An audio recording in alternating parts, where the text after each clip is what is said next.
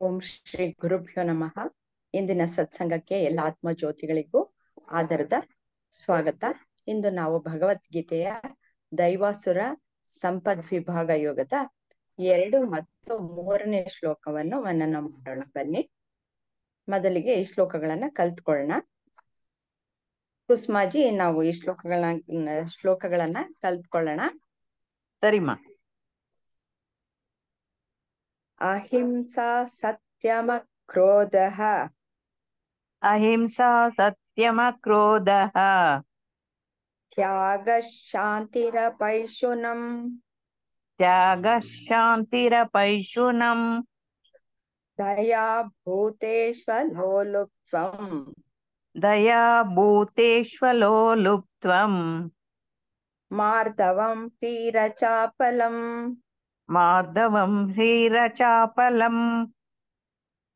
ಅಹಿಂಸಾ ಸತ್ಯಮ ಕ್ರೋಧಃ ತ್ಯಾಗ ಶಾಂತಿರಪೈಶುನಂ ದಯಾ ಭೂತೇಶ್ವಲೋಲುಪ್ತ್ವಂ ಮಾರ್ದವಂ ಪೀರಚಾಪಲಂ. ಇದರ ಅರ್ಥವನ್ನ ತಿಳಿದುಕೊಳ್ಳೋಣ. ಅಹಿಂಸೆ ಸತ್ಯನಿಷ್ಠೆ, ಅಕ್ರೋಧ ಪರಿತ್ಯಾಗ ಶಾಂತತೆ, ಮತ್ತೊಬ್ಬರಲ್ಲಿ ತಪ್ಪು ಕಂಡುಹಿಡಿಯುವುದರಲ್ಲಿ ಸಂಯಮ, ಎಲ್ಲ ಜೀವಿಗಳ ಬಗ್ಗೆ ಸಹಾನುಭೂತಿ, ಲೋಭಹೀನತೆ, ಸೌಮ್ಯತೆ, ನಮ್ರತೆ ಮತ್ತು ಚಂಚಲತೆಯ ಕೊರತೆ ಅಂದ್ರೆ ಸ್ಥಿರತೆ, ಇಷ್ಟು ಸದ್ಗುಣಗಳು. ನಾವು ಮುಂದಿನ ಶ್ಲೋಕವನ್ನು ಸಹ ಕಲ್ತ್ಕೊಳ್ಳೋಣ.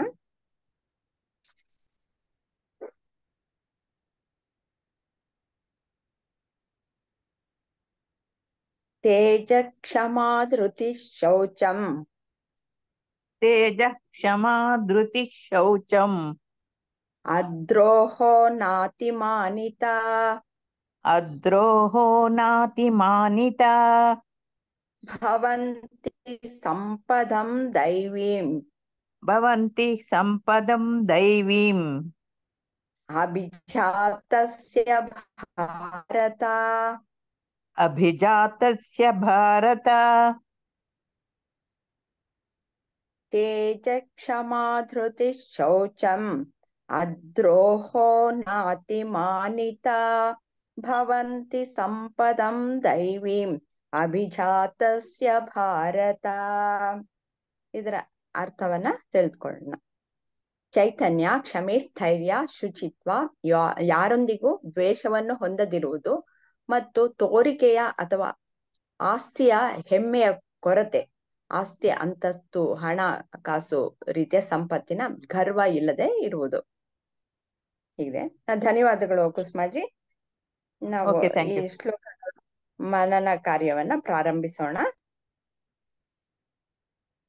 ಲಕ್ಷ್ಮೀಜಿ, ಈ ಶ್ಲೋಕವನ್ನ ಹೇಳ್ಬಿಟ್ಟು ನೀವು ನಿಮ್ಮ ಅನಿಸಿಕೆಯನ್ನ ಹಂಚ್ಕೊಳ್ತೀರಾ?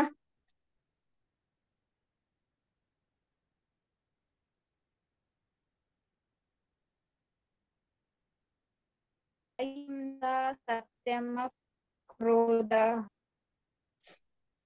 ಕ್ರೋಧಸ ತ್ಯಾಗಂ ಸ್ಥಾನಿರಪೈಶುನಂ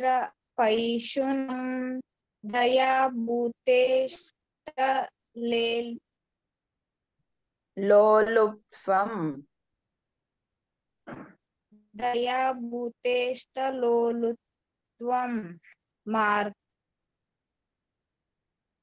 ಮಾರ್ಧವಂ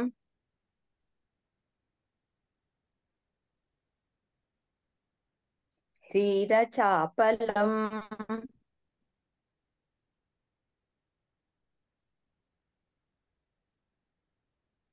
ಅವ್ರಿಗೂ ಇಂಟರ್ನೆಟ್ ಹೌದು ಹಾಗೆಲ್ಲ ಇಶ್ಯೂ ಇರ್ಬೇಕು.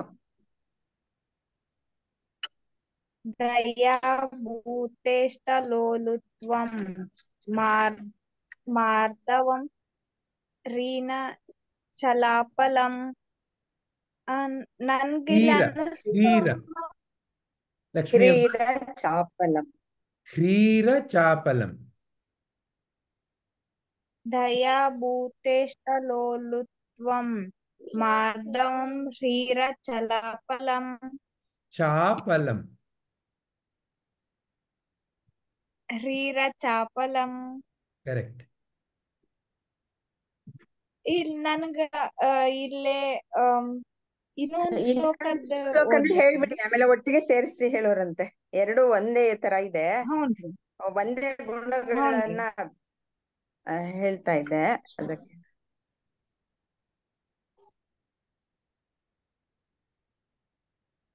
ತೇಜಂ ಕ್ಷಮಾ ಧೃತಿ ತೇಜ ಕ್ಷಮಾ ಶೌಚಂ. ಧೃತಿ ಶೌಚಂ. ತೇಜ ಕ್ಷಮಾ ಧೃತಿ ಶೌಚಂ ಆದ್ರೋಹೋ ನಾತಿ ಮಾನಿತಾ ಭವಂತಿ ಸಂಪದಂ ದೈವೀಂ ಅಭಿಜಾತಸ್ಯ ಭಾರತ. ಇಲ್ಲಿ ನನಗನ್ನಿಸ್ತು ಸುರ ಮತ್ತ ಅಸುರರ್ದು ಗುಣ ಅವ್ರೊಳಗ್ ಏನೇನ್ ಇರ್ತೈತಿ ಅನ್ನೋದನ್ನ ತೋರ್ಸಾರ ಅಂದ್ ಹೇಳಿ ಹಂಗ ಅನ್ನಿಸ್ತ್ರಿ. ಈಗ ಅಹಿಂಸೆ ದೈವಾಸುರ ಸಂಪದ್ ವಿಭಾಗ ಯೋಗ ಅಲ್ವಾ, ಇಲ್ಲಿ ದೈವಿ ಹ್ಞೂನ್ರಿ ಗುಣಗಳನ್ನ ಹೇಳ್ತಾ ಇದೆ. ನಾವು ಮೊದಲನೇ ಶ್ಲೋಕವನ್ನ ಆಗ್ಲೇ ಹಿಂದಿನ ಸತ್ಸಂಗದಲ್ಲಿ ವಿಶ್ಲೇಷಣೆ ಮಾಡಿದಾಗಿದೆ. ಈಗ 2, 3 ಇದರಲ್ಲೂ ಸಹ ದೈವಿ ಗುಣಗಳನ್ನ ವಿವರಿಸಿದ್ದಾರೆ. ಅದರಲ್ಲಿ ನಿಮ್ಗೆ ಏನು ಅನ್ನಿಸ್ತಾ ಇದೆ, ಏನೇನು ಕಾಣಿಸ್ತಾ ಇದೆ? ಇದು ಅಹಿಂಸೆ, ಸತ್ಯನಿಷ್ಠೆ, ಅಕ್ರೋಧ, ಪರಿತ್ಯಾಗ, ಶಾಂತತೆ, ಮತ್ತೊಬ್ರನೊಳಗ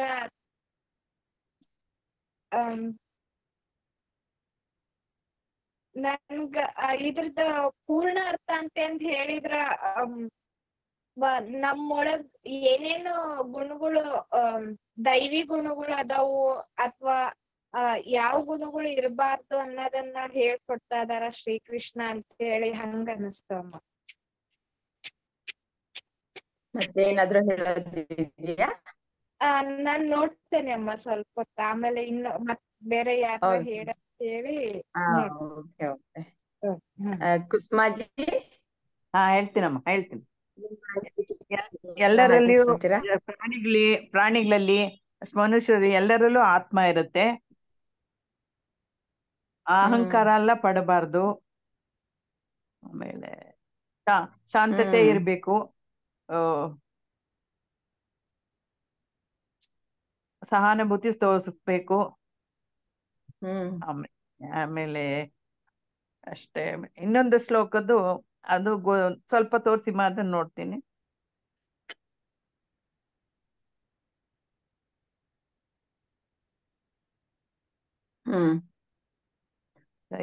ಚೈತನ್ಯ, ಕ್ಷಮೆ, ಸ್ಥೈರ್ಯ.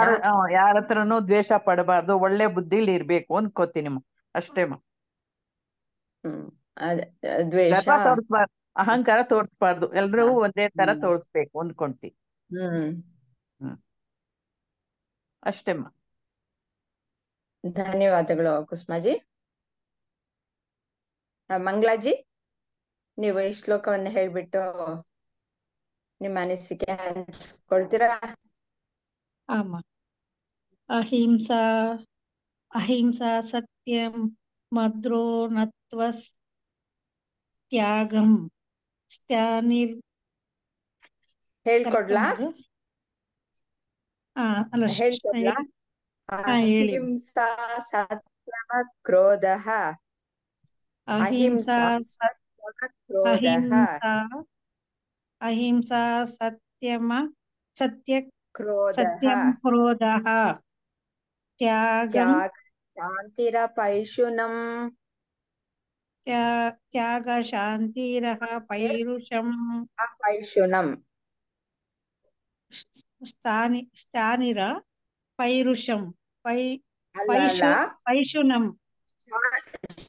ಶಾಂತಿರ್ ಅಪೈಶುನಂ. ಶಾಂತಿರ್ ಅಪೈಶುನಂ. ದಯಾ ಭೂತೇಶ್ವಲೋಲುಪ್ತ್ವಂ. ದಯಾ ಭೂತೇಶ್ವಲೋಲುಪ್ತಂ.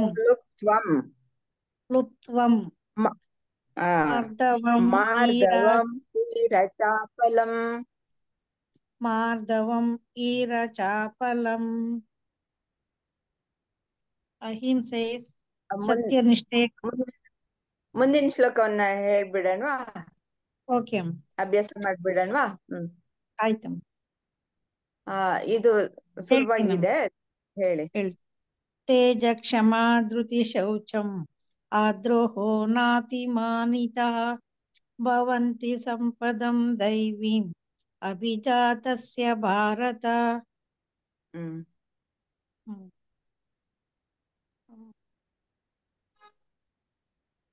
ನೀವು ಎರಡರಲ್ಲೂ ಏನಂತ ಅನ್ನಿಸ್ತಾ ಇದೆ ನಿಮ್ಗೆ, ಹಂಚ್ಕೊಳ್ಳಿ.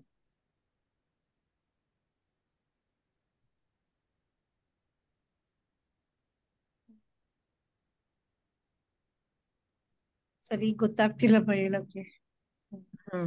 ಏನಿಲ್ಲ, ಇವಾಗ ನೀವು ಮೇಲೆ ಹೆಡ್ಡಿಂಗ್ ನೋಡಿ, ದೈವಾಸುರ ಸಂಪದ್ ವಿಭಾಗ ಯೋಗ. ಇಲ್ಲಿ ದೈವಿ ಮತ್ತೆ ಅಸುರರ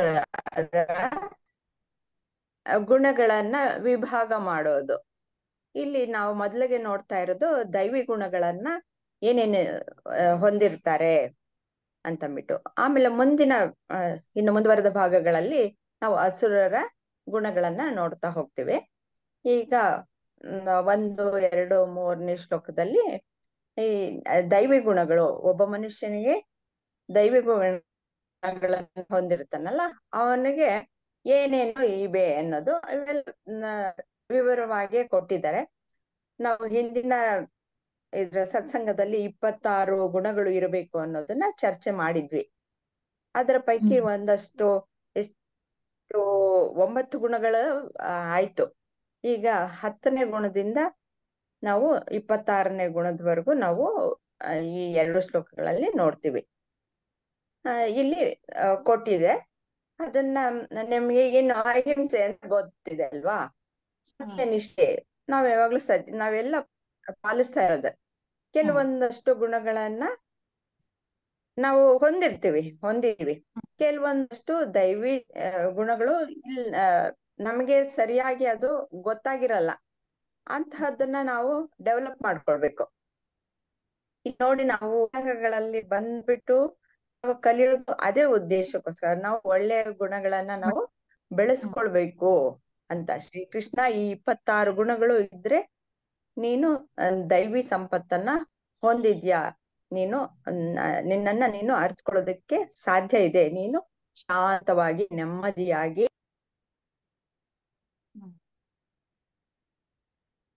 ಅದೇ ಅಹಿಂಸೆ, ಸತ್ಯ, ಕೋಪ, ಈ ತ್ಯಾಗ, ಇವೆಲ್ಲವನ್ನು ನಾವು ತ್ಯಜಿಸ್ಬೇಕು. ನಾವು ಭಗವಂತನಲ್ಲಿ ಕರುಣೆ, ದಯೆ ಇವೆಲ್ಲವೂ ನಮ್ಮಲ್ಲಿ ರೂಢಿ. ನಂದು ಇಂಟರ್ನೆಟ್ ಫುಲ್ ಸ್ಟಾಪ್ ಆಗೋಗ್ತಾ ಇದೆ. ಕೇಳಿಸ್ತಾ ಇದೆಯಾ ನಾನ್ ಮಾತಾಡೋದು? ಆಮ ಕೇಳಿಸ್ತಿದೆ. ಅದೇ ಹೀಗೆ ಎಲ್ಲ ಗುಣಗಳು ನಾವು ಇವಾಗ ಗೊತ್ತಾಯ್ತಲ್ವಾ ಹೇಗೆ ವಿಂಗಡಿಸ್ಬೇಕು ಅನ್ನೋದು. ಬಹಳ ಇದಾಗೇನು ಇಷ್ಟವಾಗಿ ಏನಿಲ್ಲ, ನಾವು ಸಂಪೂರ್ಣವಾಗಿ ಸರ್ ಹತ್ರ ತಿಳ್ಕೊಳ್ಳೋಣ. ಈಗ ಮೇಲ್ನೋಟಕ್ಕೆ ನಮ್ಗೇನ್ ಕಾಣಿಸುತ್ತೋ ಅದನ್ನ ನಾವು ಹಂಚ್ಕೊಳ್ಳೋಣ. ಅದೇ ನಮ್ಮಲ್ಲಿ ಈ ಕಾಮ, ಕ್ರೋಧ ಇವೆಲ್ಲ ಇರ್ತಾವಲ್ಲ, ಇವನ್ನೆಲ್ಲ ನಾವು ತ್ಯಜಿಸ್ತಾ ಬರ್ಬೇಕು. ನಾವು ತ್ಯಜಿಸ್ತಾ ಬಂದ್ ನಾವು ದಯಾಮಯರಾಗ್ಬೇಕು, ಅಂದ್ರೆ ಕರುಣೆ ಉಳ್ಳವರಾಗ್ಬೇಕು. ನಾವು ಎಲ್ಲಾ ಜೀವಿಗಳಲ್ಲೂ ಕೂಡ ನಾವು ಅದನ್ನೇ ಕಾಣ್ಬೇಕು. ಅಂದ್ರೆ ನಾವು ಯಾವುದೇ ತಪ್ಪು ಮಾಡಬಾರ್ದು, ಯಾವುದೇ ಲೋಪಗಳು ಬರ್ದಾಗೆ ನಾವು ಸ್ಥಿರವಾಗಿ ಭಗವಂತನ ನಾಮಸ್ಮರಣೆ ಮಾಡ್ತಾ ಆ ದಿಟ್ಟಿನಲ್ಲಿ ನಾವು ಹೋಗ್ಬೇಕು ಅಂತ ತಿಳ್ಕೊಂಡಿದೀನಿ ಅನ್ಸುತ್ತ. ಕರೆಕ್ಟ್ ಅಮ್ಮ? ಧನ್ಯವಾದಗಳು ಮಂಗಳಾಜಿ. ಹೇಳಿದ್ದೀರಾ. ನಾವು ಕೊನೆಯದಾಗಿ ಸರ್ ಮುಖ್ಯನ ತಾನೇ ತಿಳ್ಕೊಳ್ಳೋದು, ಅವಾಗ ಪೂರ್ತಿ ನಮ್ಗೆ ಅರ್ಥ ಆಗತ್ತೆ. ಹೇಗೆ ಇದನ್ನ ಪ್ರತಿಯೊಂದನ್ನು ಹೇಗೆ ನಾವು ತಿಳ್ಕೊಳ್ಬೇಕು, ಅದನ್ನ ನಾವು ಹೇಗೆ ಒಳಗೊಂಡು ನಾವು ಮೈಗೂಡಿಸ್ಕೊಳ್ಬೇಕು ಅದನ್ನ ಅನ್ನೋದನ್ನ ತಿಳ್ಕೊಳ್ಳೋಣಂತೆ. ಈಗ ನಾವು ಹಿಂದಿನ ಶ್ಲೋಕದಲ್ಲಿ, ಅಂದ್ರೆ 1ನೇ ಶ್ಲೋಕದಲ್ಲಿ 9 ಗುಣಗಳು, ದೈವಿ ಗುಣಗಳನ್ನ ನಾವು ತಿಳ್ಕೊಂಡಾಗಿದೆ. ಈಗ ಅಹಿಂಸೆಯಿಂದ ಹೇಳ್ತಾ ಇದ್ದಾರೆ. ಅಹಿಂಸೆ ಅಂದ್ರೆ ನಮಗ್ ಗೊತ್ತೇ ಇದೆ ಅಲ್ವಾ, ಯಾರಿಗೂ ಬೇರೆಯವ್ರಿಗೆ ಯಾರಿಗೂ ತೊಂದ್ರೆಯನ್ನ ಮಾಡ್ಬಾರ್ದು. ಮಾನಸಿಕವಾಗಿ ಆಗ್ಬಹುದು, ದೈಹಿಕವಾಗಿ ಆಗ್ಬಹುದು. ನಾವು ತೊಂದ್ರೆಯನ್ನ ಕೊಡ್ಬಾರ್ದು, ಸತ್ಯವಂತರಾಗಿರ್ಬೇಕು, ನಾವು ಪ್ರಾಮಾಣಿಕರಾಗಿರ್ಬೇಕು. ಮತ್ತೆ ಅಕ್ರೋಧ ಅಂದ್ರೆ ಯಾವ ಕಾಲಕ್ಕೂ ಇನ್ನೊಬ್ಬರ ಮೇಲೆ ಕೋಪಿಸ್ಕೊಳ್ಬಾರ್ದು. ಕ್ರೋಧ ಅನ್ನೋದು ಬಹಳ ಕೆಟ್ಟದ್ದು. ಅದು ಕೋಪಕ್ಕೆ ನಮ್ ಬುದ್ಧಿಯನ್ನು ಕೊಟ್ರೆ ಅದು ಎಲ್ಲೆಲ್ಲಿಗೆ ಹೊರಟೋಗ್ಬಿಡುತ್ತೆ. ಅದಕ್ಕೆ ಯಾವಾಗ್ಲೂ ಕ್ರೋಧ ಅನ್ನೋದು ಬಹಳ ಕೆಟ್ಟದ್ದು. ಆ ಗುಣವನ್ನ ಬಿಟ್ಬಿಟ್ಟು ಅಕ್ರೋಧರಾಗಿರ್ಬೇಕು. ಮತ್ತೆ ತ್ಯಾಗ ಅಂದ್ರೆ ನಾವು ಏನೋ ಒಂದು ಕೊಡೋದು, ನಮ್ಮ ಹತ್ರ ಇರೋದೆಲ್ಲ ಕೊಟ್ಬಿಡೋದು ಅಂತ ಅಲ್ಲ. ನಮ್ಮ ಹತ್ರ ಕೆಲವು ನಮಗೆ ಅಗತ್ಯ ಇರುವಂತಹ ಎಲ್ಲ ಇಟ್ಕೊಂಡಿರ್ತೀವಿ, ಅಥವಾ ನಾವು ದುಡ್ದಿರ್ತೀವಿ, ಇಟ್ಕೊಂಡಿರ್ತೀವಿ, ಆದ್ರೆ ಅದನ್ನ ನಾವೇನು ಎತ್ಕೊಂಡು ಹೋಗಲ್ಲ. ಆದ್ರಿಂದ ನಾವೇನು ತಗೊಂಡು ಹೋಗಲ್ವಲ್ಲ, ಅದಕ್ಕೆ ಇದು ನನ್ನದಲ್ಲ ಅಂತ ಬದುಕೋದೆ ತ್ಯಾಗ. ಯಾವ್ದನ್ನ ನಾವು ತಗೊಂಡು ಬಂದಿರಲ್ಲ, ಯಾವ್ದನ್ನು ತೆಗೆದುಕೊಂಡು ಹೋಗಲ್ಲ. ಅದೊಂದು ಮನಸ್ಸಿನಲ್ಲಿ ನಮ್ಗೆ ಇರ್ಬೇಕು, ಇದು ಯಾವ್ದು ನನ್ನದಲ್ಲ ಅಂತ. ಅದೇ ಅವಾಗ ತ್ಯಾಗ ಮಾಡದ ಹಾಗೆ. ಮತ್ತೆ ಶಾಂತಿ ಅಂತಂದ್ರೆ ಎಲ್ಲರಿಗೂ ತಿಳಿದಿರುವಂತಹದ್ದೇ. ಶಾಂತಿ ಅಂದ್ರೆ ನೆಮ್ಮದಿಯಾಗಿ ಇರುವಂತಹದ್ದು. ಅಪೈಶುನಂ ಅಂತಂದ್ರೆ ಏನ್ ಹೇಳ್ತಾರೆ ಅಂದ್ರೆ ಸ್ವಾರ್ಥಕ್ಕಾಗಿ ಯಾರ ಮೇಲೂ ಚಾಡಿ ಹೇಳ್ದೆ ಇರುವಂತಹದ್ದಂತೆ. ನನಗೆ ಏನೋ ಒಳ್ಳೇದಾಗತ್ತೆ ಅಂತ ಅಂದ್ಬಿಟ್ಟು ಇನ್ನೊಬ್ಬರ ಮೇಲೆ ಚಾಡಿ ಹೇಳೋದು. ಕೆಲವರ ಸ್ವಭಾವ ಅದನ್ನ ಕಲ್ಟಿವೇಟ್ ಮಾಡ್ಕೊಂಡ್ಬಿಟ್ಟಿರ್ತಾರೆ. ಅಂತಹದ್ದು ಬಹಳ ಹಾನಿಕಾರಕವಾದದ್ದು. ಅಂತದ್ದು ಅಸುರಿ ಸ್ವಭಾವ. ಅದು ದೈವಿ ಸ್ವಭಾವವಾಗ್ಬೇಕಾದ್ರೆ ಅಂತಹದ್ದನ್ನ ಬಿಟ್ಟು ಬಿಡ್ಬೇಕು. ದಯಾಭೂತೇಶು ಅಂದ್ರೆ ಪ್ರತಿಯೊಂದು, ನೀವು ಹೇಳಿದ್ರಲ್ಲ, ಪ್ರತಿಯೊಂದು ಜೀವಿಯಲ್ಲೂ ಪರಮಾತ್ಮ ಇದ್ದಾನೆ ಅಂತಂದ್ಬಿಟ್ಟು ತಿಳ್ಕೊಂಡು ಅವಳ ಬಗ್ಗೆ ಅನುಕಂಪವನ್ನ ಹೊಂದಿರುವಂತಹದ್ದು ದಯಾಭೂತೇಶು. ಅಲೋಲುಪ್ತ್ವಂ, ಯಾವ್ದ್ರ ಮೇಲೂ ಅತಿಯಾದ ಲೋಲುಪ್ತತೆ ಇರಬಾರ್ದು, ಮೋಹ ಇರಬಾರ್ದು. ಯಾತಕ್ಕೆ ಸರ್ ಇವಾಗ ಹೇಳಿದ್ರು ಇಷ್ಟು ಹೊತ್ತು, ಅದು ದುಃಖಕ್ಕೆ ಕಾರಣ ಆಗತ್ತೆ. ಹೆಚ್ಚಾಗಿ ಆಸೆಯನ್ನ ಇಟ್ಕೊಂಡಿರ್ಬಾರ್ದು. ಮೋಹ ತಪ್ಪು. ಮಾರ್ಧವಂ ಅಂದ್ರೆ ಸೌಜನ್ಯತೆ, ಮೃದು ಸ್ವಭಾವ ಹೊಂದಿರ್ಬೇಕು. ಹ್ರೀರಿಹಿ ಅಂದ್ರೆ ನಾನೇನಾದ್ರು ತಪ್ಪು ಮಾಡಿದ್ರೆ ನನಗೆ ನಾಚಿಕೆ ಆಗ್ಬೇಕು. ಅದು ಇಲ್ಲ ಅಂತಂದ್ರೆ ನಾನು ಏನಾದ್ರೂ ಮಾಡ್ತೀನಿ. ಅದಕ್ಕೆ ದೈವಿ ಗುಣ ಅಂತಂದ್ರೆ ಆ ತಪ್ಪು ಮಾಡಿದಾಗ ನಾನು ನಾಚಿಕೊಳ್ಳುವಂತಹ ಒಂದು ಸ್ವಭಾವವನ್ನ ಬೆಳೆಸ್ಕೊಳ್ಬೇಕು. ಅಚಾಪಲಂ, ಸ್ಥೈರ್ಯವಂತರಾಗಿರ್ಬೇಕು ಅಂತ ಹೇಳ್ತಾರೆ. ತೇಜಸ್ಸು ಇರುತ್ತೆ. ಯಾವ ದೈವಿ ಗುಣಗಳನ್ನ ಹೊಂದಿರುವವರಲ್ಲಿ. ಮತ್ತೆ ಕ್ಷಮ, ಎಲ್ಲರ ಬಗ್ಗೆಯೂ ನಾವು ಕ್ಷಮ ಧಾತ್ರಿ ಅಂದ್ರೆ ಭೂಮಿಯ ರೀತಿಯಲ್ಲಿ ನಾವು ಕ್ಷಮೆ ಅನ್ನೋದನ್ನ ಮೈಗೂಡಿಸ್ಕೊಳ್ಬೇಕು. ಪ್ರತಿಕಾರ ಸ್ವಭಾವ ಇರಬಾರ್ದು. ಯಾರೋ ಏನೋ ಬುದ್ಧಿ ಇಲ್ಲದೆ ಏನೋ ಒಂದು ನಮ್ಗೆ ತೊಂದರೆ ಮಾಡ್ಬಿಟ್ಟಿರ್ತಾರೆ, ಅದಕ್ಕೆ ಪ್ರತಿಕಾರಕ್ಕೋಸ್ಕರ ನಾವು ಯಾವತ್ತೂ ನೋಡ್ಬಾರ್ದು. ನಾವು ಅವ್ರನ್ನ ಕ್ಷಮಿಸ್ಬೇಕು. ಅದೇ ದೊಡ್ಡ ಗುಣ, ಅದೇನೆ ದೈವಿ ಗುಣ ಅಂತ ಹೇಳ್ತಾರೆ. ಮತ್ತೆ ಧೃತಿ ಕೇಳ್ಬಾರ್ದು. ಇದು ಮಾತ್ರ ಬಹಳ ಮುಖ್ಯವಾದಂತಹದ್ದು. ಎಲ್ಲ ನಮ್ಮ ಸಂಕಷ್ಟಗಳಿಗೆ ಅವುಗಳನ್ನ ದೂರ ಮಾಡ್ಕೊಳ್ಬೇಕು ಅಂತಂದ್ರೆ ಧೃತಿ ಅನ್ನೋದು ಚೆನ್ನಾಗಿರ್ಬೇಕು. ಯಾವ ಸಮಯದಲ್ಲೂ ನಾವು ಧೃತಿಗೆಡಬಾರ್ದು. ಶೌಚಂ, ಬಾಹ್ಯದಲ್ಲೂ ಶುಚಿತ್ವವನ್ನ ಕಾಪಾಡ್ಕೊಳ್ಬೇಕು, ಅಂತರಂಗದಲ್ಲೂ ಸಹ ಶುಚಿತ್ವವನ್ನ ಕಾಪಾಡ್ಕೊಳ್ಬೇಕು. ಅದ್ರೋಹ ಅಂದ್ರೆ ಅದು ಇನ್ನೊಬ್ಬರಿಗೆ ಕೆಟ್ಟದ್ದು ಬಯಸ್ಬಾರ್ದು. ಅಂದ್ರೆ ಹೀಗೆ ದ್ರೋಹ ಮಾಡ್ತಾರೆ ಅಂತ ನಾವ್ ಹೇಳ್ತೀವಿ. ದ್ರೋಹ ಮಾಡ್ತಾರೆ ಅಂದ್ರೆ ಅವ್ರು ನಮ್ಮ ಹತ್ರ ಚೆನ್ನಾಗೇ ಇರ್ತಾರೆ, ಆದ್ರೆ ಒಳಗೊಳಗಡೆನೆ ತೊಂದರೆ ಕೊಡ್ತಾರೆ. ಗೋಮುಖ ವ್ಯಾಘ್ರತ್ವ ಅಂತ ನಾವು ಅದ್ರೋಹ ಅಂತಂದ್ರೆ ತಿಳ್ಕೊಳ್ಬೇಕಾಗತ್ತೆ. ನಾತಿಮಾನಿತಾಹ. ಅತಿಮಾನ ಅಂತಂದ್ರೆ ಏನೋ ನನ್ನ ಹತ್ರ ಏನೋ ಇರಲ್ಲ, ಆದ್ರೆ ನನ್ನ ಹತ್ರ ಏನೋ ಇದೆ ಅಂತ ಅಂದ್ಬಿಟ್ಟು ಆಹಾ ನನ್ ಬಿಟ್ರೆ ಇಲ್ಲ ಅಂತ ಅನ್ಕೊಳ್ಳೋದು. ಅದು ನ ಅತಿಮಾನಿತ ಅಂತಂದ್ರೆ ಆ ಒಂದು ಜಂಬ ಕೊಚ್ಕೊಳ್ಳೋದು, ಇಲ್ಲದೆ ಇರೋಂತಹದ್ದು, ಸದ್ಭಾವನೆಯಿಂದ ನಾನು ಜೀವನವನ್ನ ಮಾಡೋದು. ಇವೆಲ್ಲನೂ ದೈವಿ ಗುಣಗಳು, ಇವುಗಳನ್ನ ಮೈಗೂಡಿಸಿಕೋ ಅಂತ ಶ್ರೀಕೃಷ್ಣ ಪರಮಾತ್ಮ ನಮ್ಗೆ ಹೇಳ್ತಾ ಇದ್ದಾರೆ. ನಾವು ಇದರ ಸವಿವರವಾದ ವಿವರಣೆಯನ್ನ ನಾವು ಸರ್ ಮುಖ್ಯನ ಕೇಳಿ ತಿಳ್ಕೊಳ್ಳೋಣ. ಸರ್ ತಾವು ಇವುಗಳ ವಿಶ್ಲೇಷಣೆಯನ್ನ ಸಂಪೂರ್ಣವಾಗಿ ತಿಳಿಸ್ಕೊಡ್ತೀರಾ? ಧನ್ಯವಾದ ಅಮ್ಮ. ಈಗ ನಾವು ನಮ್ಮ ಕಳೆದ ಒಂದು ಶ್ಲೋಕವನ್ನ ಮನನ ಮಾಡ್ಬೇಕಾದ್ರೂ ಈ ಪ್ರಶ್ನೆಯನ್ನ ಹಾಕೊಂಡ್ವಿ ನಾವು. ಏನ್ ಪ್ರಶ್ನೆ? ಇಲ್ಲಿ ಮೊದಲನೇ ಈ ಶ್ಲೋಕದಲ್ಲಿ ಏನ್ ಹೇಳ್ತಾ ಇದ್ದಾರೆ? ನಿರ್ಭಯತೆ, ಮನಸ್ಸಿನ ಶುದ್ಧತೆ, ಆಧ್ಯಾತ್ಮಿಕ ಜ್ಞಾನದಲ್ಲಿ ಸ್ಥಿರತೆ, ಈ ರೀತಿ ಇಲ್ಲಿ ಒಂದಷ್ಟು ಗುಣಗಳನ್ನ ಶ್ರೀಕೃಷ್ಣ ನಮಗೆ ಪಟ್ಟಿ ಮಾಡಿ ತೋರಿಸಿದ್ದಾರೆ. ಇನ್ನ ಈ 2ನೇ ಶ್ಲೋಕ 3ನೇ ಶ್ಲೋಕ ಇಲ್ಲೂ ಸಹ ಪಟ್ಟಿ ಮಾಡಿದ್ದಾರೆ. ಒಂದು ರೀತಿನಲ್ಲಿ ನೀವು ಈ 3 ಶ್ಲೋಕಗಳನ್ನ ನೀವು ನೋಡಿದ್ರೆ ಈ 3 ಶ್ಲೋಕಗಳ ಮೂಲಕ ಏನ್ ಸಿಕ್ಕತ್ತೆ? ಒಂದು ಪಟ್ಟಿ ಸಿಕ್ಕತ್ತೆ. ಈಗ ಹೇಗೆ ನಿಮಗೆ ಯಾವ್ದೆಲ್ಲ ನಿಮಗೆ ದವಸ ಧಾನ್ಯ ಗೊತ್ತು ಅನ್ನೋದನ್ನ ಬರೀರಿ ಅಂತಂದ್ರೆ ನೀವು ಬರೀತೀರಾ ಅಲ್ವಾ? ಅಕ್ಕಿ, ಗೋಧಿ, ರಾಗಿ, ಆ ರೀತಿ ಏನೋ ಒಂದು ಪಟ್ಟಿ ಬರೀತೀರಾ ಅಲ್ವಾ? ಅದೇ ರೀತಿ ಇಲ್ಲಿ ಶ್ರೀಕೃಷ್ಣ ನಮಗೆ ಒಂದು ಪಟ್ಟಿ ಕೊಟ್ಟಿದ್ದಾರೆ. ಯಾರ ಪಟ್ಟಿ? ಯಾವುದ್ರ ಬಗ್ಗೆ ಪಟ್ಟಿ? ಒಂದು ದೈವಿ ಗುಣ ಅನ್ನೋ ಪಟ್ಟಿ ಕೊಟ್ಟಿದ್ದಾರೆ. ಯಾತಕ್ಕೆ ಇದನ್ನು ಹೇಳ್ಕೊಡ್ತಾ ಇದ್ದಾರೆ ನಮಗೆ? ಏನ್ ಹೇಳ್ತಾ ಇದ್ದಾರೆ? ಇಷ್ಟೆಲ್ಲ ಪಟ್ಟಿ ಕೊಟ್ಬಿಟ್ಟು ಈ ಎಲ್ಲ ರೀತಿಯ ಒಂದು ಗುಣಗಳು ದೈವಿ ಗುಣಗಳಿರೋರಲ್ಲಿ ಸಹಜವಾಗಿದೆ. ಯಾರಪ್ಪ ಇದು?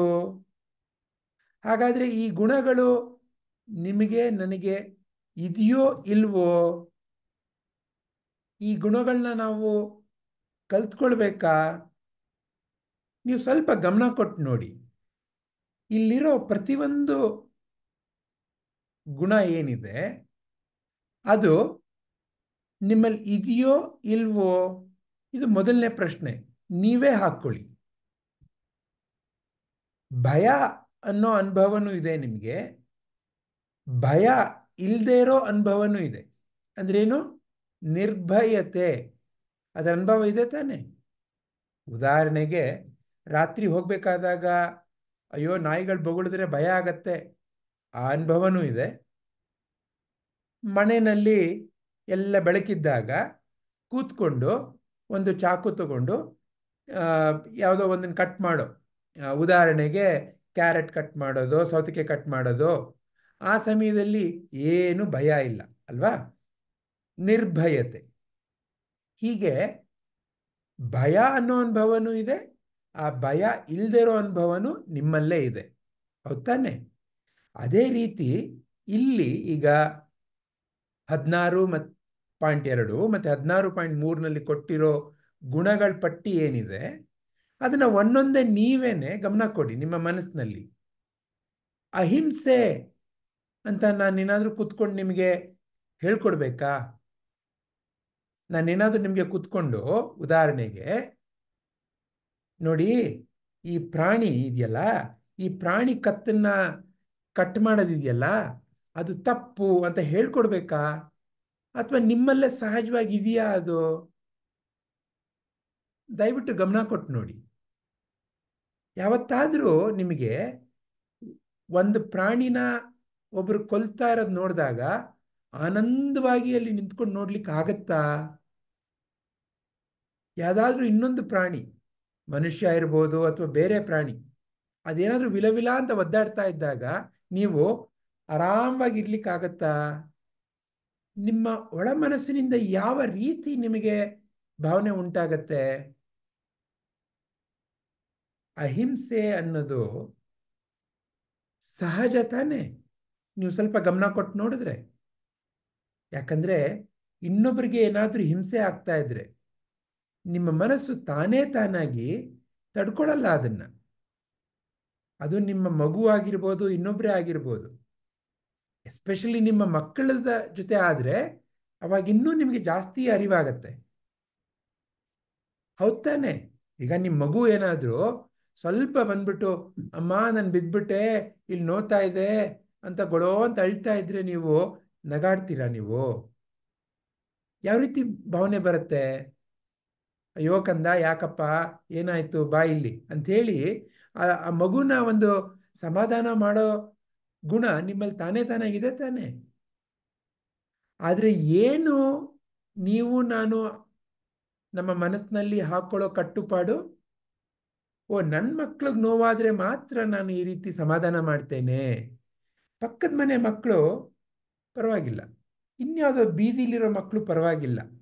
ಅದನ್ನು ಸ್ವಲ್ಪ ನಾವು ಆ ಕಡೆ ನೋಡೋ ನಮ್ಮ ಕಣ್ಣಿದೆಯಲ್ಲ, ಆ ಕಡೆ ನೋಡಿದ ತಕ್ಷಣ, ಈಗ ಉದಾಹರಣೆ ಎಷ್ಟೊಂದು ಸರ್ತಿ ಯಾರೊಬ್ಬರು ದುಃಖದಲ್ಲಿದ್ದಾಗ ನಾವು ಆ ಕಡೆ ತಿರ್ಕೊಂಡು ಹೊರಟೋಗ್ಬಿಡ್ತೇವೆ. ಯಾತಕ್ಕೆ? ಯಾಕಂದರೆ ಅದ್ಭುತವಾಗಿದೆ. ಒಂದೇನೆಂದರೆ, ಯಾವಾಗ ನಿಮ್ಮ ಕಣ್ಣು ಆ ದೃಶ್ಯವನ್ನು ನೋಡುತ್ತೆ, ನಿಮ್ಮ ಹೃದಯ ತಾನೇ ತಾನಾಗಿ ಕರಗತ್ತೆ. ಹಾಗಾಗಿ ಎಷ್ಟೊಂದು ಸರ್ತಿ ಆ ರೀತಿ ದೃಶ್ಯಗಳನ್ನ ನೋಡೋದೇ ಬೇಡ ಅಂತ ನಮ್ಮ ಮುಖ ಆ ಕಡೆ ತಿರುಗಿಸ್ಕೊಂಡು ಹೊರಟೋಗ್ಬಿಡ್ತೇವೆ ಅಷ್ಟೇ. ಆದರೆ ಇಲ್ಲಿ ಏನನ್ನ ನಾವು ಕಲಿಬೇಕಾಗಿರೋದು, ಈ ಅಹಿಂಸೆ ಅನ್ನೋದು ನೀವೇನೋ ಹೊಸದಾಗಿ ಕಂಡಿಡಿದು ಅದೇನು ಅಂತ ಅರ್ಥ ಮಾಡಿಕೊಂಡು ಅದನ್ನು ನೀವು ನಿಮ್ಮ ಜೀವನದಲ್ಲಿ ಪಾಲನೆ ಮಾಡಬೇಕು, ಆ ರೀತಿ ಅಲ್ಲ. ಅಹಿಂಸೆ ಅನ್ನೋದು ನಿಮ್ಮಲ್ಲಿ ಸಹಜವಾಗಿದೆ. ಆದರೆ ಆ ಗುಣವನ್ನು ಹೊರ ತರಬೇಕಾಗತ್ತೆ. ನಮ್ಮ ಪ್ರತಿಯೊಂದು ಕಾರ್ಯಕ್ಷೇತ್ರದಲ್ಲಿ ನಾವು ಇಲ್ಲಿರೋ ಒಂದು ದೈವಿ ಗುಣಗಳೇನಿದೆ ಅದನ್ನು ನಾವು ಹೊರತಂದು ಪಾಲನೆ ಮಾಡೋದನ್ನ ಕಲಿಬೇಕಾಗತ್ತೆ ಅಷ್ಟೇನೆ. ಅದೇನು ಎಲ್ಲರಿಗೂ ಸಹಜವಾಗಿ ಗೊತ್ತು. ಈಗ ನಿಮ್ಮ ಸ್ನೇಹಿತರಿರ್ಬೋದು, ನಿಮ್ಮ ಬಂಧುಗಳಿರ್ಬೋದು, ಅವರು ನಿಮಗೆ ಸತ್ಯವನ್ನ ಹೇಳಲಿ ಅಂತ ಆಸೆ ಪಡ್ತಿರೋ ನೀವು, ಅಥವಾ ಸುಳ್ಳನ್ನು ಹೇಳಲಿ ಅಂತ ಆಸೆ ಪಡ್ತೀರೋ? ಸಹಜವಾಗಿ ನಿಮ್ಗೆ ಏನನ್ಸುತ್ತೆ? ಎಲ್ಲರೂ ನನಗೆ ಸತ್ಯ ಹೇಳಲಿ, ನಾನು ಎಲ್ರಿಗೂ ಸತ್ಯ ಹೇಳ್ತೀನಿ ಅಲ್ವಾ? ಸುಳ್ಳು ಹೇಳೋದು ನಿಮಗೆ ಸುತಾರಾಮ್ ಇಷ್ಟ ಇಲ್ಲ. ಇನ್ನೊಬ್ರು ಯಾರು ಬಂದ್ಬಿಟ್ಟು ಯಾವುದೋ ಒಂದು ವಿಷಯದ ಬಗ್ಗೆ ಸುಳ್ಳು ಹೇಳಿದ್ರೆ ನಿಮ್ಗೆ ಎಷ್ಟು ಕಿರಿಕಿರಿ ಆಗತ್ತೆ ಅಲ್ವಾ? ಅಂದ್ರೆ ಏನು? ಸಹಜವಾಗಿ ನಿಮ್ಮಲ್ಲಿ ಸತ್ಯನಿಷ್ಠತೆ ಇದೆ. ಯಾವುದೋ ರೀತಿ ಆಗಿದ್ದನ್ನ ಅದೇ ರೀತಿ ಯಾರೋ ಹೇಳಲಿ. ಅದೇ ರೀತಿಯಲ್ಲಿ ಸತ್ಯ ಅಂತಂದ್ರೇನು? ನೀವ್ಯಾರು, ನಾನ್ಯಾರು ಅನ್ನೋ ದಿಕ್ಕಿನಲ್ಲಿ ಇರೋ ಒಂದು ನಿಷ್ಠತೆ ಕೂಡ ಸತ್ಯನಿಷ್ಠತೆನೆ. ಅದು ಸಹಜವಾಗಿದೆ ನಿಮ್ಮಲ್ಲಿ, ಯಾರು ಕಲಿಸ್ಬೇಕಾಗಿಲ್ಲ. ಹೀಗೆ ನೀವು ಸ್ವಲ್ಪ ಗಮನ ಕೊಟ್ಟು ನೋಡಿದ್ರೆ ಕ್ರೋಧ ಕ್ರೋಧ ಇಲ್ಲದೆ ಇರೋ ಅನುಭವ ನಿಮ್ಮಲ್ಲಿದೆ. ಅಂದರೆ ಒಂದು ಕರುಣೆಯ ಅನುಭವ ನಿಮ್ಮಲ್ಲಿದೆ.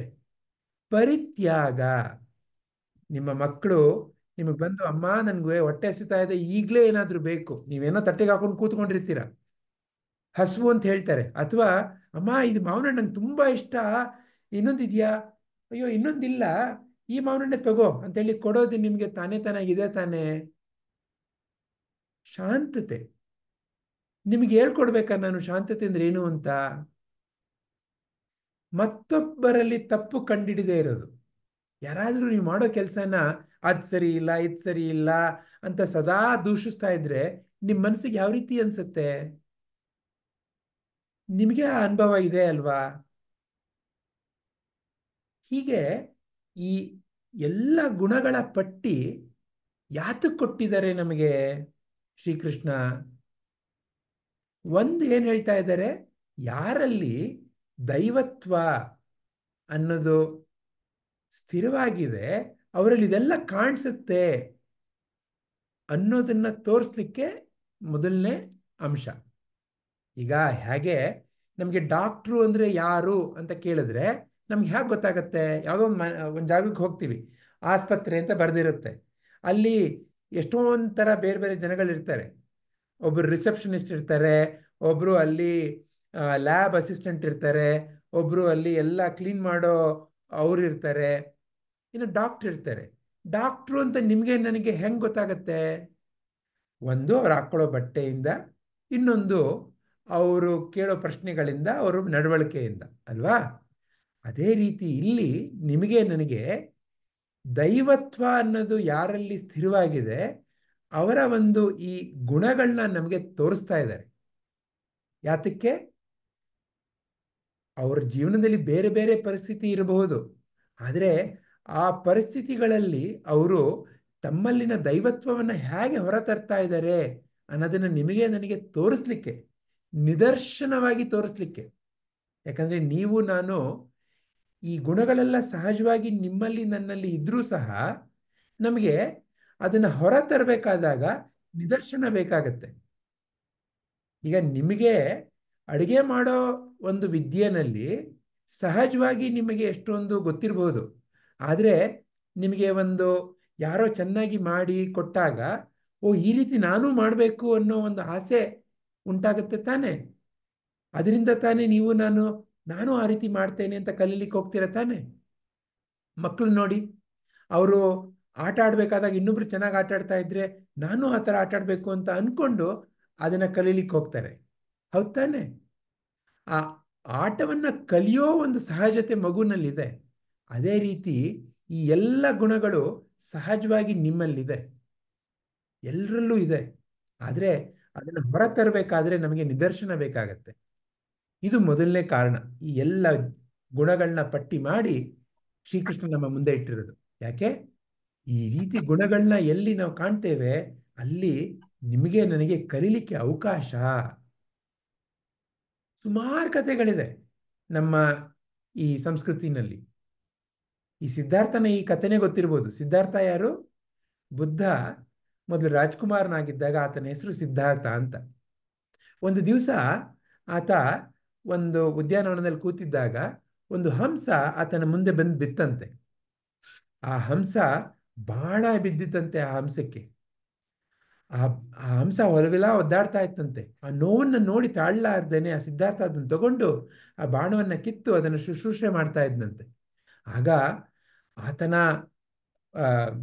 ತಮ್ಮ ಓಡ್ ಬಂದಂತೆ, ಇದು ನನ್ನ ಹಂಸ, ನಾನದನ್ನು ಮೊದಲು ನೋಡಿದೆ, ನಾನದನ್ನ ಬಾಣ ಬಿಟ್ಟೆ. ಈ ಒಂದು ಕಾರ್ಯವನ್ನು ನೋಡಿ ಆಗ ಸಿದ್ಧಾರ್ಥ ಹೇಳಿದ್ರಂತೆ, ಅಲ್ಲಪ್ಪ, ಈ ರೀತಿ ಆ ಆಕಾಶದಲ್ಲಿ ಹಾರಾಡ್ತಾ ಇರೋ ಈ ಹಕ್ಕಿನ ನೀನು ಬಾಣ ಬಿಟ್ಟಿಯಲ್ಲ, ಅದು ಅದಕ್ಕೆ ಗೊತ್ತಿಲ್ಲದೆ ಇದ್ದಾಗ ಇದು ನಿಜವಾದ ಕ್ರೀಡೆನಾ?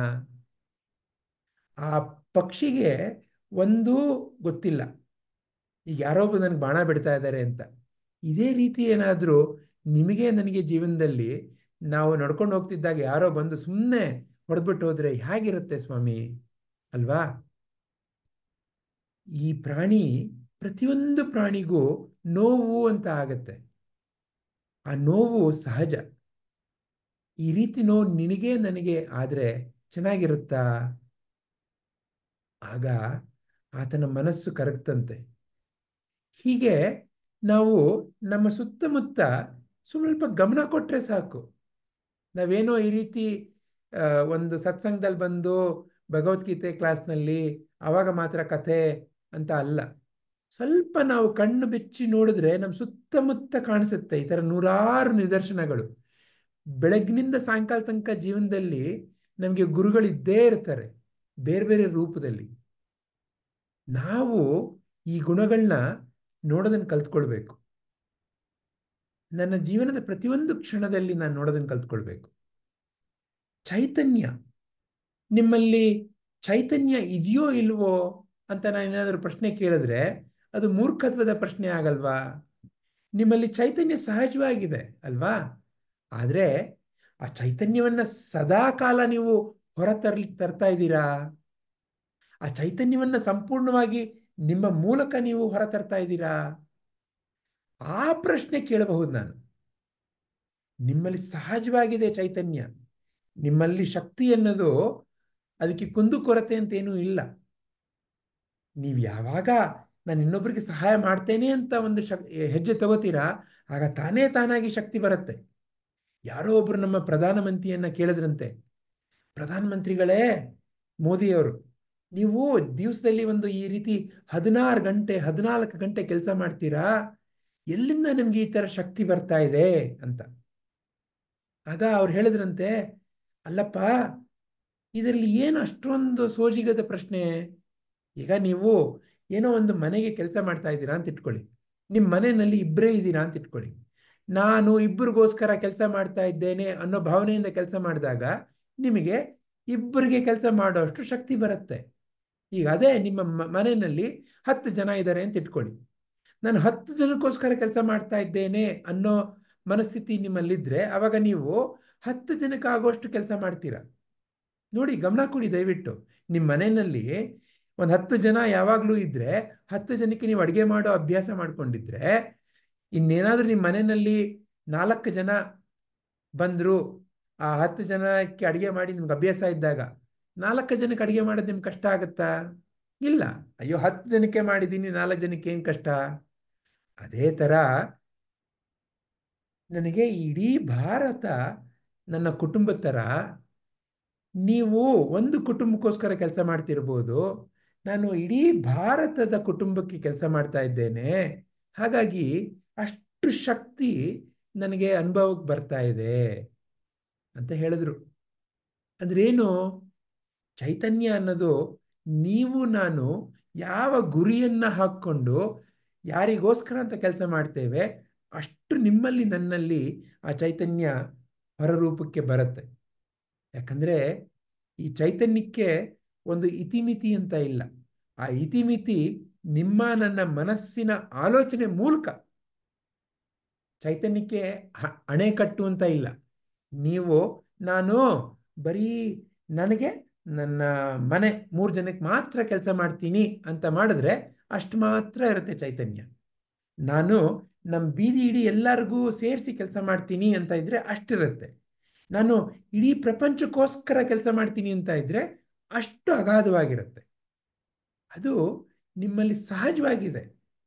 ಅದನ್ನು ಹೊರರೂಪಕ್ಕೆ ತರಬೇಕು ನೀವು ಅಷ್ಟೇನೆ. ನೀವು ನಾನು ಹೊರರೂಪಕ್ಕೆ ತರಬೇಕು. ಈಗ ನಮ್ಮ ಗುರುಜಿ ಇದ್ದಾರೆ, ಆಚಾರ್ಯ ವಿನಯ್ ವಿನಯ್ಕರ್. ಅವ್ರಿಗೆ ಇವಾಗ 76 ವಯಸ್ಸು. 76 ವಯಸ್ಸಾದ್ರೂ ಅವರು ಒಂದು 21-22 ಯುವಕಂತರ ಬೆಳಗ್ಗೆಯಿಂದ ಸಾಯಂಕಾಲ ತನಕ ನಮ್ಮಲ್ಲಿ ಬೇರೆ ಬೇರೆ ಕ್ಲಾಸ್ಗಳಾಗತ್ತೆ ಅಥವಾ ಬೇರೆ ಬೇರೆ ಪ್ರೋಗ್ರಾಮ್ಗಳಾಗತ್ತೆ.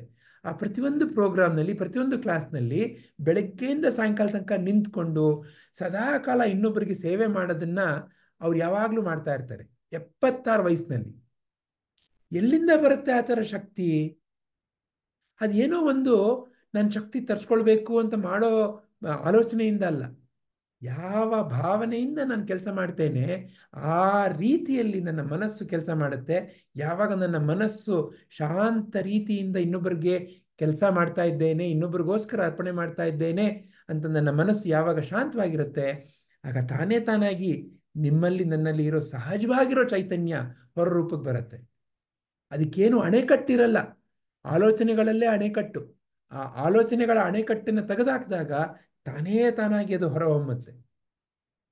ಹೀಗೆ ಶ್ರೀಕೃಷ್ಣ ನಿಮಗೆ ನನಗೆ ದೈವಿ ಗುಣಗಳ ಪಟ್ಟಿಯನ್ನು ಕೊಟ್ಟು, ನೀವು ನಾನು ಈಗ ಯಾವುದರಲ್ಲಿ ಸ್ವಲ್ಪ ಕೊರತೆ ಇದೆ, ಯಾವುದನ್ನ ನೀವು ನಾನು ಇನ್ನೂ ಹೊರತರಬೇಕು ಅನ್ನೋ ಒಂದು ಸಹಾಯವನ್ನು ಮಾಡ್ತಾ ಇದ್ದಾರೆ. ಈಗ ನಾನು 4ನೇ ಕ್ಲಾಸು ಗಣಿತದ ಪರೀಕ್ಷೆ ಬರೆದಾಗ ಯಾವಾಗ ಪಾಸ್ ಆಗೋಕ್ಕಾಗತ್ತೆ? ಆ 4ನೇ ಕ್ಲಾಸ್ದು ಗಣಿತದ್ದು ಎಲ್ಲ ಒಂದು ಪೋರ್ಷನ್ಸ್ ಅಂತ ಏನಿರುತ್ತೆ ಅದನ್ನೆಲ್ಲ ಕಲಿತು ಆ ಪ್ರಶ್ನೆಗಳಿಗೆ ಉತ್ತರ ಕೊಡ್ಲಿಕ್ಕಾದಾಗ ತಾನೇ.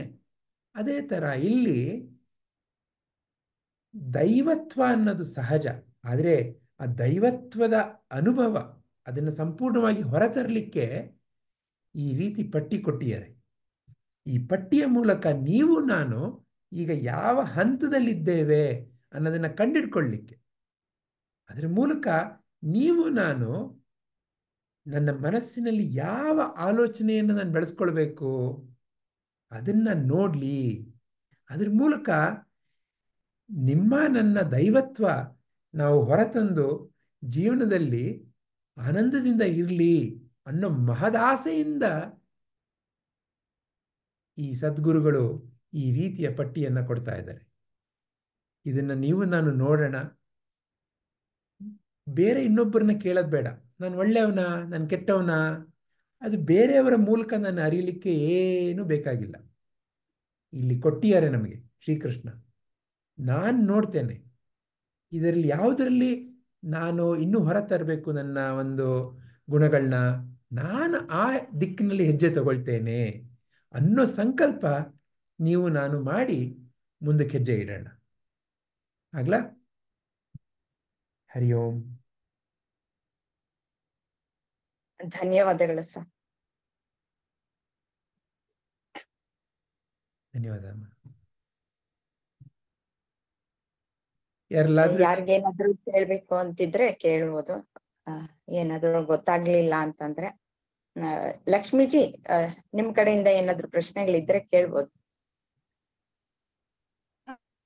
ಆಗ್ಲೇ ಇಂಟರ್ನೆಟ್ ಹೋಯ್ತು, ಸ್ವಲ್ಪ ಡಿಸ್ಟರ್ಬ್ ಆಯ್ತು. ಹ್ಞೂನ್ರಿ. ಇಲ್ಲ ಅಮ್ಮ, ನಮ್ಮಲ್ಲಿ ಏನ್ ಗುಣಗಳು ಅದಾವ ಅದನ್ನ ನೋಡ್ಕೋಬೇಕು. ನಮ್ಮನ್ನ ನಾವು ಎಲ್ಲ ಕ್ಲಿಯರ್ ಆಯ್ತು. ನಿಮ್ಮೊಳಗ್ ನೋಡ್ಕೊಳ್ರಿ ಅನ್ನೋದನ್ನ ಹೇಳ್ಕೊಡ್ತಾ ಇದಾರ ಅಂತ ಹೇಳಿ ಕ್ಲಿಯರ್ ಆಯ್ತು ಅಮ್ಮ. ಆಮೇಲೆ ಈಗ ಹೇಳಿದ್ರಲ್ರಿ ಎಲ್ಲಾ ಕಡೆಗೂ ಗುರು ಕಂಡ ಬೆಳಗಿಂದ ಸಂಜೆವರೆಗೂ ಇರ್ತಾರ ಅಂತ ಹೇಳಿ. ಒಂದ್ ಎಕ್ಸಾಂಪಲ್ ಅಂತ ಹೇಳಿದ್ರ ನಾನ್ ಡೈಲಿ ಶಿವಾನಿನ್ ಕರ್ಕೊಂಡ್ ಬರಾಕ್ ಹೋಗ್ತಿರ್ತೇನಲ್ರಿ. ಆ ಆಟೋದಿಂದ ಎಷ್ಟೊಂದ್ ಮಕ್ಳು ಇಳಿತಾ ಇದ್ರಿ. ನಾ ಸರಳ ನನ್ನಷ್ಟಕ್ ನಾನ್ ಒಳಗಡೆ ಹೋದೆ, ಕರ್ಕೊಂಡ್ ಬಂದೆ. ಅದ ಈಕಿ ಫ್ರೆಂಡಿನ ಅಮ್ಮ ಸ್ವಲ್ಪ ಲೇಟ್ ಆಗಿ ಬಂದ್ರು. ಅದಕ್ ನಾನ್ ಕೇಳ್ದೆ ನನ್ ಜೊತೆಗೆ ಇದ್ರಲ್ಲ ಅಂತ ಕೇಳ್ದಾಗ ಅವ್ರಂದ್ರ ಆಟೋದಿಂದ ಎಷ್ಟೊಂದು ಮಕ್ಳು ಆಟೋ ಬಿಡ್ಬೇಕಾರ ಹತ್ತಬೇಕಾರ ಮಳಿ ಒಳಗ್ ತೋರ್ಸ್ಕೊಂಡ್ ಹೊಂಟಿದ್ರು. ಅವ್ರನೆಲ್ಲಾ ಒಬ್ಬೊಬ್ರನ್ನ ಮತ್ತ ಅವ್ರೆಲ್ಲಾ ಆಟೋದೊಳಗ್ ಬರ್ತಾರಂತ ಹೆಚ್ಚಾಗಿ ರೈನ್ ಕೋಟ್ ಅವೆಲ್ಲಾ ತಂದಿರಲ್ಲ ರೀ. ಅವ್ರು ಛತ್ರಿ ಒಂದೊಂದೊಂದೊಂದ ಅಂಬ್ರೆಲಾ ಒಬ್ರೊಬ್ರುನು ಮಕ್ಳನ್ ಹೋಗಿ ಹತ್ತಿಸಿ ಬರೋದ್ರೊಳಗ ತಮ್ಮ ಮಗಳನ್ನ ತಾವ್ ಕರ್ಕೊಳೋದ್ ಲೇಟ್ ಆಗೇತ್ರಿ. ಅವಾಗ ಅನಿಸ್ತು ನನಗ, ಹೌದಲ್ಲ ನನ್ ಕೈಯಾಗೂ ಛತ್ರಿ ಇತ್ತು, ಅದನ್ನ ಸರಳ ಒಳಗ್ ಹೋದೆ, ನನ್ ಮಗಳ್ ಕರ್ಕೊಂಡೆ ಹೊರಗಡೆ ಬಂದಾದ್ಮೇಲೆ ತಿರುಗಿ ನಾನು ಅವ್ರು ಏನ್ ಮಾಡಿದ್ರು ಅಂತ ಕೇಳ್ದಾಗ ನನ್ಗ ಗೊತ್ತಾತ್ರಿ ಈ ತರ ಇರ್ತೈತಲ್ಲ ಅಂತ ಹೇಳ್ಬಿಟ್ಟು. ಅವತ್ತಿಂದ ನಾನು ಪ್ರತಿ ಸತಿ ಹೋಗೋ ಮುಂದನು ಎಷ್ಟೊಂದ್ ಮಕ್ಳು ಈಗ ರೇನಿ ಸೀಸನ್ ಇರೋದ್ರಿಂದ ಇಳಿತಾ ಇರ್ತಾರಮ್ಮ. ನಾನು ಇವತ್ ಬಾಯ್ ಹೇಳಕ್ ಆಗಲ್ಲ ಪಾಪು, ಹಿಂದ್ಗಡೆ ವ್ಯಾನ್ ಬಂತು, ನೀವ್ ಹೋಗು ಒಳಗಡೆ, ನಾನು ಅವ್ರ ಮಕ್ಳನ್ನ ಸ್ಕೂಲಿಂದ ಕಟ್ಟಿವರ್ಗುನು ಬಿಟ್ಟು ಬರ್ತೇವಿ ಅಮ್ಮ. ಇಬ್ರು ಸೇರ್ಕೊಂಡು ಎಷ್ಟ್ ಖುಷಿ ಅನಿಸ್ತೈತ್ರಿ. ಒಂದ್ 2 ಸೆಕೆಂಡಿನ ಕೆಲ್ಸ ಇರ್ತೈತ್ರಿ. ಇವಾಗ ಅವ್ರು ಹೇಳ್ದಾಗ ಅನ್ನಿಸ್ತ್ರಿ, ನಾವು ಹೆಂಗ್ ಓಪನ್ ಆಗ್ಬೇಕ ನಮ್ಮೊಳಗಿಂದ ನಾವು ಸೇವೆ ಅನ್ನೋದನ್ ಪ್ರತಿ ಒಳಗುನು ಮಾಡ್ಕೊಂತ ಹೋದಂಗೆಲ್ಲ ಬಹಳ ಐತಿ ಅಮ್ಮ. ನನ್ ಮಗಳಿಗೆ ಅಷ್ಟ ಅಲ್ಲ, ನನ್ ಮಗಳಿಗೆ ಅಷ್ಟ ನಾನ್ ಮೀಸ್ಲಲ್ಲ ಅಂತೇಳಂದ್ ಹೇಳಿ ತೋರ್ಸ್ಕೊಟ್ರು ಅವ್ರು ನನಗ ಅಂತ ಹೇಳಿ ಹಂಗ ಅನ್ನಿಸ್ತವಮ್ಮ. ಥ್ಯಾಂಕ್ ಯು ರೀ. ಈ ತರ ಸಣ್ಣ ಸಣ್ಣ ವಿಚಾರಗಳಿಂದ ನಾವ್ ಎಷ್ಟೊಂದು ತಿಳ್ಕೊಳ್ತೀವಿ. ಗುರು ಅನ್ನೋದು ಎಲ್ಲ ಕಡೆನೂ ಉಂಟು, ಸರ್ವಕಾಲದಲ್ಲೂ ಇದೆ, ಎಲ್ಲ ತಿಳ್ಕೊಳ್ತಾನೆ ಇರ್ಬೇಕು. ಸಣ್ಣ ಸಣ್ಣ ಬದಲಾವಣೆಗಳಿಂದ ನಮ್ ಜೀವನ ಎಷ್ಟು ಚೆನ್ನಾಗತ್ತೆ ಅಲ್ವಾ, ಅದು ಎಷ್ಟು ಸುಧಾರಣೆ ಆಗತ್ತೆ. ಇವಾಗ ನೀವು ಹೇಳಿದ್ರಲ್ಲಿ ಅದನ್ನ ಅಳವಡಿಸ್ಕೊಂಡಾಗ ನಿಮ್ಗೆ ಎಷ್ಟೊಂದು ಸಂತೋಷ ಆಗತ್ತ. ಆ ಒಂದು ಸೇವೆ ಅನ್ನೋದು ಮಾಡಿದಾಗ ನಿಮ್ಮಲ್ಲಿ ಸಂತೋಷನೂ ಹೆಚ್ಚಾಗ್ತಾ ಹೋಗುತ್ತೆ. ಪೂರಾ ಅವ್ರು ತೋರ್ಸ್ಕೊಂಡಾರ್ರಿ. ಮತ್ ಅದ್ರೊಳಗ ಆ ಮಕ್ಳಿಗೆ ಅಂಬ್ರೆಲ್ಲ ಹಿಡಿಯೋದ್ರೊಳಗ ನನ್ಗೆ ಆಶ್ಚರ್ಯ ಅನಿಸ್ತು, ಬಾಪರೆ ಎಷ್ಟ್ ಚಲೋ ಅಲ್ಲ ಅಂತ ಹೇಳಿ. ಅವ್ ವ್ಯಾನ್ ಅವ್ರು ಉಲ್ಟಾ ನಮಗ್ ಥ್ಯಾಂಕ್ಸ್ ಹೇಳಿದಾಗ ಅಥವಾ ಮಕ್ಳ ಟರ್ನ್ ಆಗಿ ನಮಗ್ ಬಾಯ್ ಹೇಳಿದಾಗ ಎಷ್ಟೊಂದು ಖುಷಿ ಅನ್ನಿಸ್ತೈತಿ ಅಮ್ಮ. ಥ್ಯಾಂಕ್ ಯು ರೀ. ಥ್ಯಾಂಕ್ ಯು ರೀ. ಧನ್ಯವಾದಗಳು ಲಕ್ಷ್ಮೀಜಿ. ನಮಸ್ಕಾರ ಅಮ್ಮ. ಥ್ಯಾಂಕ್ ಯು ರೀ. ಸರ್, ಕ್ಲಾಸ್ ಮುಗಿಸ್ಬೋದಾ? ಮಂಗಳಮ್ಮ, ನಿಮ್ಗೇನಾದ್ರೂ ಪ್ರಶ್ನೆ ಇತ್ತಾ ಅಮ್ಮ? ಇಲ್ಲ ಸರ್, ಚೆನ್ನಾಗಿ ಹೇಳಿದೀರಾ ನೀವೇ. ಅದೇ ಅವೆಲ್ಲವನ್ನು ನಾವು ರೂಢಿಸ್ಕೋಬೇಕು ಅಂತ ಇನ್ನೂ ಜಾಸ್ತಿ ಆಯ್ತು. ಆಗ್ಲಿ ಅಮ್ಮ. Thank you. ಆಗ್ಲಿ ಪದ್ಮ ಅಮ್ಮ. ಹರಿ ಓಂ ಶ್ರೀ ಗುರುಭ್ಯೋ ನಮಃ. ಶ್ರೀ ಕೃಷ್ಣಾರ್ಪಣಮಸ್ತು.